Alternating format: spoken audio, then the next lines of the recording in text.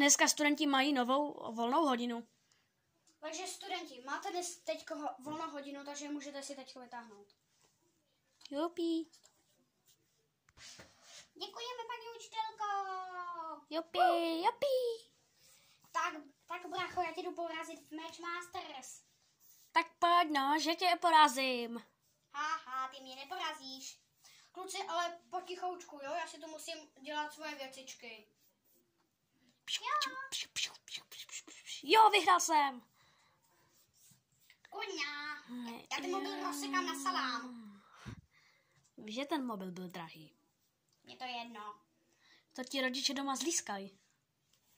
Nebo radši ne. Tak kámo, já si jdu hrát s autama. Jo, vsadíš se o 100, že čí je rychlejší? Já jsem se vyplnil doma ovládač na to auto. No já taky. Ale jinak je to Transformer. Já ho taky zapomněl, ten ovladač, ale Transformer je docela pěkný. Já mám takové klasické offroadové, může jezdit i na kamínkách. Jo. Hele, nemyslíš si, že už se trochu stmívá? Není už jít čas domů? Musíme se zeptat učitelky. Paní učitelko, kdy už budeme jít domů? Za chvilku.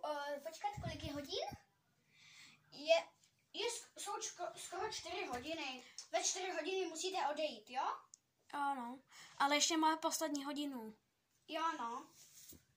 Nebo ne, ty budeš mít zítra doučování, ne? No, já mám zítra doučování. Tak. Nebo víš co, Hagi, to se ruší. Jupi.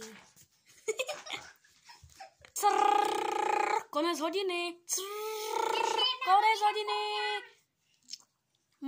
Toto byla poslední hodina. Můžete jít domů.